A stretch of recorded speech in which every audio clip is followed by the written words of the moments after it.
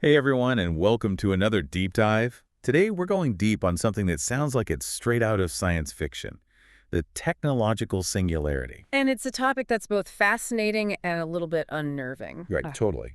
Mm. We're talking about the potential for AI to become so advanced that it surpasses human intelligence. And that could change, well, pretty much everything. It really could. So, Mm.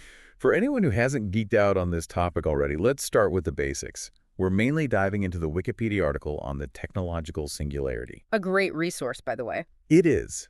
And in a nutshell, it boils down to this idea of an intelligence explosion. Have you ever heard of that? Oh, absolutely. It's the concept that machines could eventually design and create even better, more intelligent machines, leading to a kind of runaway cycle of self-improvement. So like a snowball effect, but with, artificial intelligence. Precisely. And the pace of that improvement could be unlike anything we've ever seen. Think about how human intelligence has reshaped the Earth. Now imagine something even more powerful. Wow, okay. That puts things in perspective. So we're not just talking about faster smartphones here, but a fundamental shift in how intelligence itself evolves. Exactly. It's like comparing the slow, gradual change of geology to the rapid, almost explosive impact humans have had on the planet. It makes you wonder if we're just seeing the tip of the iceberg when it comes to intelligence. That's a great way to put it.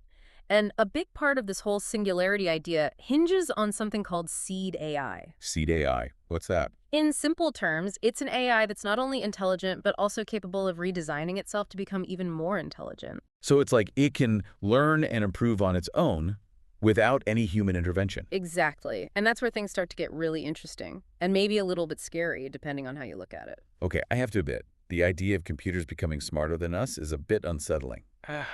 But could it really happen? Like, for real? Well, look at how far AI has come in just the past few decades. Hmm. If we extrapolate that progress, it's certainly not outside the realm of possibility. I guess you're right. And if that does happen, what then? What happens to us when we're no longer the smartest kids on the block? Well, that's the million-dollar question, isn't it? And that's precisely what we're going to explore as we dive deeper into the technological singularity. So we're facing this future, potentially, where machines could outthink us.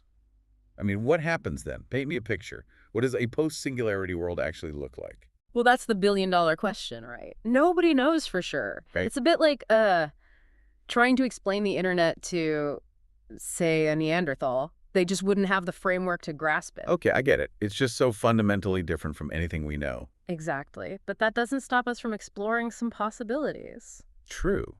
So what are some of the thoughts out there? What are people saying? Well, you've got a whole spectrum of thought on this. Some folks think it'll be a gradual kind of thing, like a soft takeoff, they call it, where humans and technology sort of merge together. We enhance our own abilities with AI. Becoming one with the machines, so not necessarily a hostile takeover situation. Right. Think of it more like we become partners with AI, amplifying our own intelligence and problem-solving abilities. Imagine a world where we have instant access to all human knowledge, or where diseases are cured before they even become a problem. Okay, that sounds pretty amazing, actually. Sign me up for that version. Right. It's a powerful idea. But then, on the other end of the spectrum, you've got the folks who believe it'll be a much faster, more abrupt shift, a hard takeoff. Our takeoff, meaning what? Like AI just suddenly goes boom and becomes super intelligent overnight. Well, not overnight, maybe, but much faster than we can really keep up with. And that's where things start to feel maybe a little less utopian. Yeah, that's where the big questions about control and alignment come into play. Control. Like, will we be able to control something that's significantly smarter than we are? Exactly. And alignment, meaning how can we make sure that this super intelligent AI, if and when it emerges, shares our values and goals? Because if it doesn't, Yeah. that's when things could go really wrong. It's a concern. We're talking about potentially creating something that's vastly more powerful than ourselves. It's like that old saying, we become the gods we once feared, or something like that. Chills. Yeah. Literal chills. Yeah, So it's not just about building smarter AI, but building AI that's like on our side. you got it. That's why this whole field of AI safety is so important. We need to figure out how to create AI that's not only intelligent, but also beneficial to humanity. And that means having these discussions now, before it's too late. Okay, so we've talked about the potential upsides and the possible downsides, like huge potential benefits for humanity, but also some really freaky risks. Mm. So what do we do? I mean, Part of me wants to go off the grid, build a bunker, stock up on canned goods, just in case. I get it. Believe me, I get it. That bunker instinct is pretty natural when you start thinking about these things, but honestly, it's not about hiding from the future. So no bunker. What then? It's about understanding that the singularity isn't just this event that's going to suddenly happen to us. It's a process, and we're part of that process. Right now, as we speak, we have the chance to actually shape how this unfolds. Okay, that's a little less doom and gloom. But how do we even begin to wrap our minds around something this big? I mean, we're talking about potentially redefining what it means to be human. Absolutely. It challenges everything we thought we knew about intelligence and consciousness, maybe even our place in the universe. But that's also what's so exciting about it, wouldn't you say? You always know how to find the silver lining. But yeah, okay, it is pretty mind-blowing when you think about it that way. Exactly. Instead of being afraid, we should be energized by the possibilities. This is uncharted territory. We have the potential to unlock incredible solutions to problems that have plagued humanity for, well, forever. I like the way you think. But Oh, yeah. still, a little voice in my head keeps saying, what if we get it wrong? What if we create something we can't control? That's a valid concern. And that's why so many brilliant minds are working on this whole issue of AI safety. How do we ensure that any superintelligent AI that emerges shares our values, that it's aligned with our goals? Right. We need some kind of guarantee that this thing we're creating isn't going to turn around and decide humans are, obsolete.